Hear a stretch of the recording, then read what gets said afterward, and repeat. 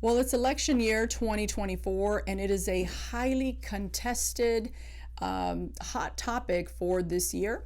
And this is an urgent message for pastors all across America.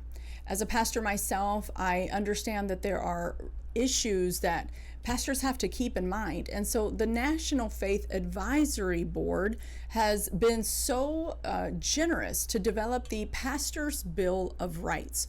Now, the Pastor's Bill of Rights clearly lists out all the rights that pastors have regarding speaking about and teaching about and holding to their conscience regarding religious freedom and what they say to their congregation. So once again, I want to thank the National Faith Advisory Board for producing this. And as of today, it's September 30th, 2024. And we only have a few days to get people registered to vote. If they are not registered, we have till October 7th of 2024. So this message is for pastors. It is for people who really believe in fighting for religious freedom, who stand for those freedoms for us. So I want to talk to you real briefly about what the rights are for each pastor to be able to speak about in his or her congregation.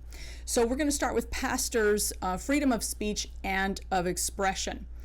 First of all, the pastors have the right to freely express their religious beliefs, including in matters of morality, ethics, and public policy, without fear of censorship or repercussion. While pastors do have that right, unfortunately, even I speak for myself, I think most of us can say that we have been highly censored in one form or another. But if you're a pastor and you're watching this, you should know that you have a right to speak freely about morality issues, ethics, and public policy without fear of repercussion or censorship. I believe, like I just stated, the censorship may happen, but you should also be free from the freedom of fearing that something might happen because you're speaking on these things. The next one is freedom of conscience.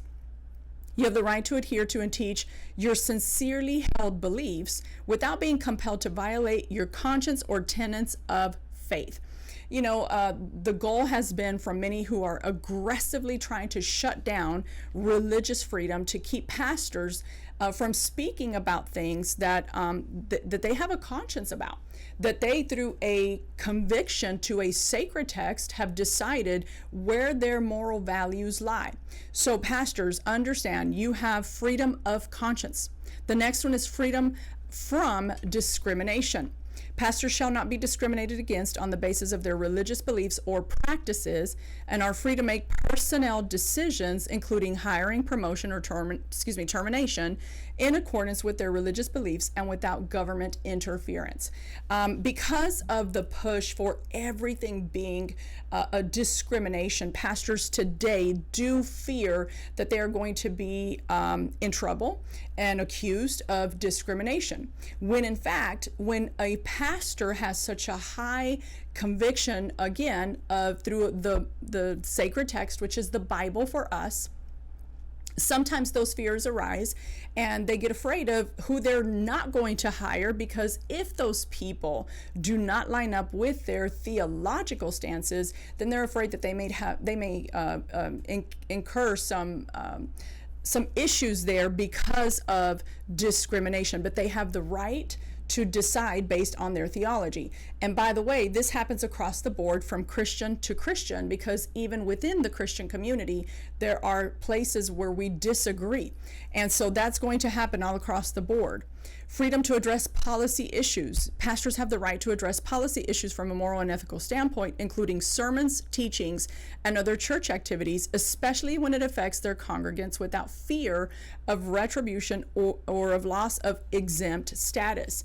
That's one of the things that is being pushed for right now. There's a lot of people who despise religion, and they would like for churches to lose their tax exempt status. One of the things that people forget, though, it is churches who actually come in during the crisis. They are the ones that reach to people who have major disadvantages. They're out there doing outreaches, et cetera, et cetera. So that's part of the reason why a church gets tax exempt status. So some people just say snatch it off. And then, of course, when you add these things that pastors are wanting to stand for today, the pressure has only increased. Then there's freedom to register voters. And this is where I think it's very important to talk about right now. Pastors, you need to push as much as possible for your people to register to vote. I think a lot of us have failed to push it as much because we're afraid, again, of the repercussions, not just through the people who do not like religion, but even through your proper congregants, through the very congregants that sit in your midst and say pastors should not be politically or governmentally involved. However, if we are honest, you as a pastor are supposed to teach your people. And if what's happening in our government is going to affect the families of the United States, particularly the God-fearing families, then it is our job to stand up and help people register to vote. So as the 2024 election, presidential election, and along with other elected official offices, the deadline to register is October 7th. You can do that online. Just Google official registration, voter registration link, and you should be able to find that pretty quickly. The next one is freedom from unwanted governmental intrusion. Pastors have the right to be free from unwarranted governmental intrusion into matters of internal church governance, doctrine, and religious practice consistent with the principles of separation and church and of church and state. That means that the government cannot come in and tell you what you should do within your services, what you cannot do within your services. This is part of the reason why during the pandemic there were so many churches upset. There was too much encroaching of the government. The next one is freedom from threats and intimidation. Pastors shall be protected from threats or intimidation based on their religious beliefs, teachings, or practices. And then, of course, freedom of assembly, freedom of association, and freedom of legal representation. I'm going to skip the other two, and I'm going to get to freedom of legal representation. Pastors shall have the right to obtain legal representation and receive due process in any legal proceedings that may affect their rights, privileges, or duties as religious leaders.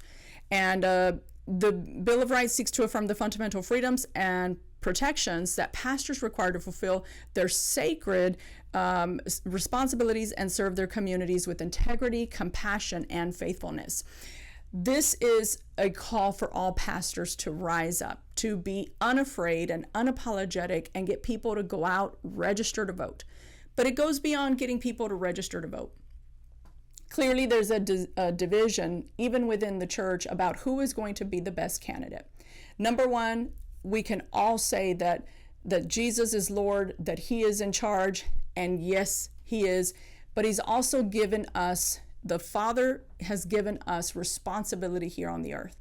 And if we know that we are getting to a point where we are very close for our nation to turn over, and in the end, it still will, but until then, we are responsible for raising up responsible people who belong to the United States, who are part of the United States, especially in the body of Christ.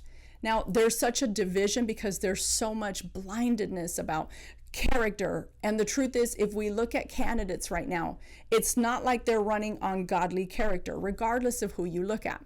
But we are looking at people who are trying to support policies and laws that protect our nation and that protect our religious liberty.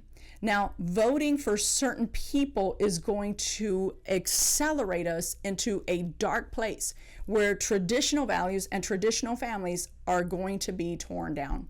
Pastors, I'm calling you to listen to these Pastors' Bill of Rights and those that apply to you today. I read them for you.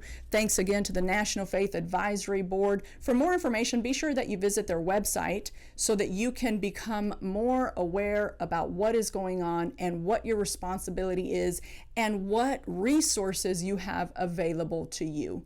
Thank you so much. I'm Teresa Lusk.